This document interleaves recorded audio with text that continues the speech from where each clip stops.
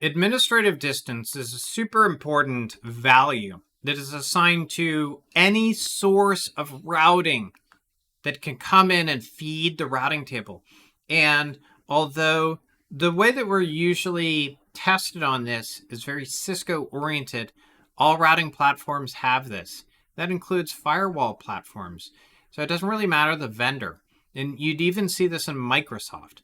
So the administrative distance construct is a value that is assigned to, and it's assigned flatly to all the routes that come in from a source.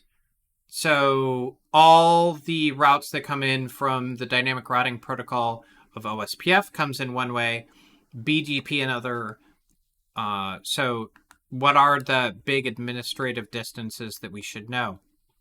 Well, in the real world, it's a good idea to be mindful of, well, the dynamic routing protocol of OSPF, which is really the most widely deployed dynamic routing protocol. That has an administrative distance of 110, and it's good to see these numbers. Now, here's the deal. Lower is better. Lower is better. So you might think, oh, IBGP is the best. It's actually the least trustworthy that's shown on the screen. Okay, so connected, which is what we get when we have an IP address assigned to an interface.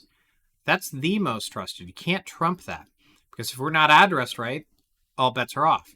Static, by default, has an administrative distance of 1. And so let me take you out there so you can see this expressed in the routing table. So OSPF, what's the value for OSPF?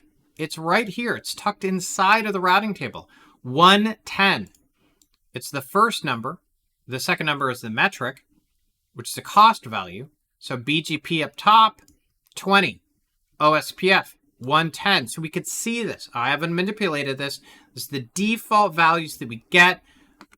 So the vendor essentially assigns these values.